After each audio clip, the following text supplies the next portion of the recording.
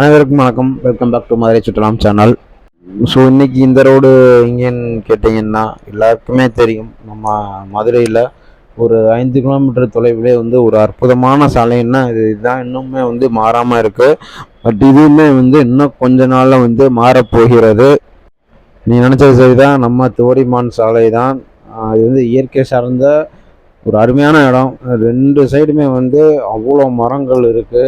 ஒரு சின்ன கண்மாய் இருக்குது. இதை ஒட்டியவே வைகை ஆற்று ஓடுது. ஸோ இன்னும் சிறிது காலத்தில் இந்த ரோடை விரிவாக்கம் பண்ண போகிறாங்க.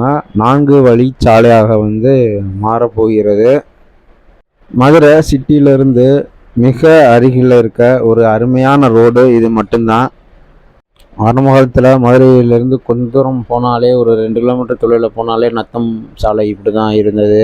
நம்ம மாட்டுத்தாவணி சாலையுமே இப்படி தான் இருந்தது. புதூர் தாண்டி கொஞ்சம் தூரத்தில் போனீங்கனாலே இந்த மாதிரி தான் இருந்தது. இது ஃபுல்லாமே இப்போ அழிந்து விட்டது. இப்போ இந்த தோரிமான் சாலை மட்டும்தான் இப்படி இருக்குது. இதுவுமே மிக விரைவில் அழிக்க போகிறாங்க. அதுக்கான வேலைகள் ரொம்ப ஃபாஸ்ட்டாக நடந்துகிட்ருக்கு.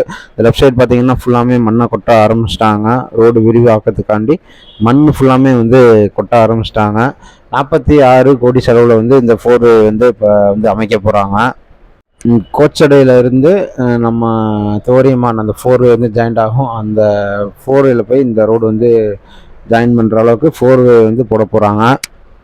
அருகில் இருக்க அந்த கிராமத்தை சுற்றியுள்ள வீடுகள் ஃபுல்லாமே எழுதி வச்சிட்டாங்க. 1.9 மீட்டர் அப்படின்னு சொல்லிட்டு ஹைவே டிபார்ட்மெண்ட்னே எழுதி வச்சுருக்காங்க எல்லோ கலரில். ஸோ மிக விரைவில் எல்லாமே இடிக்க போகிறதா ஒரு தகவல் வந்திருக்கு.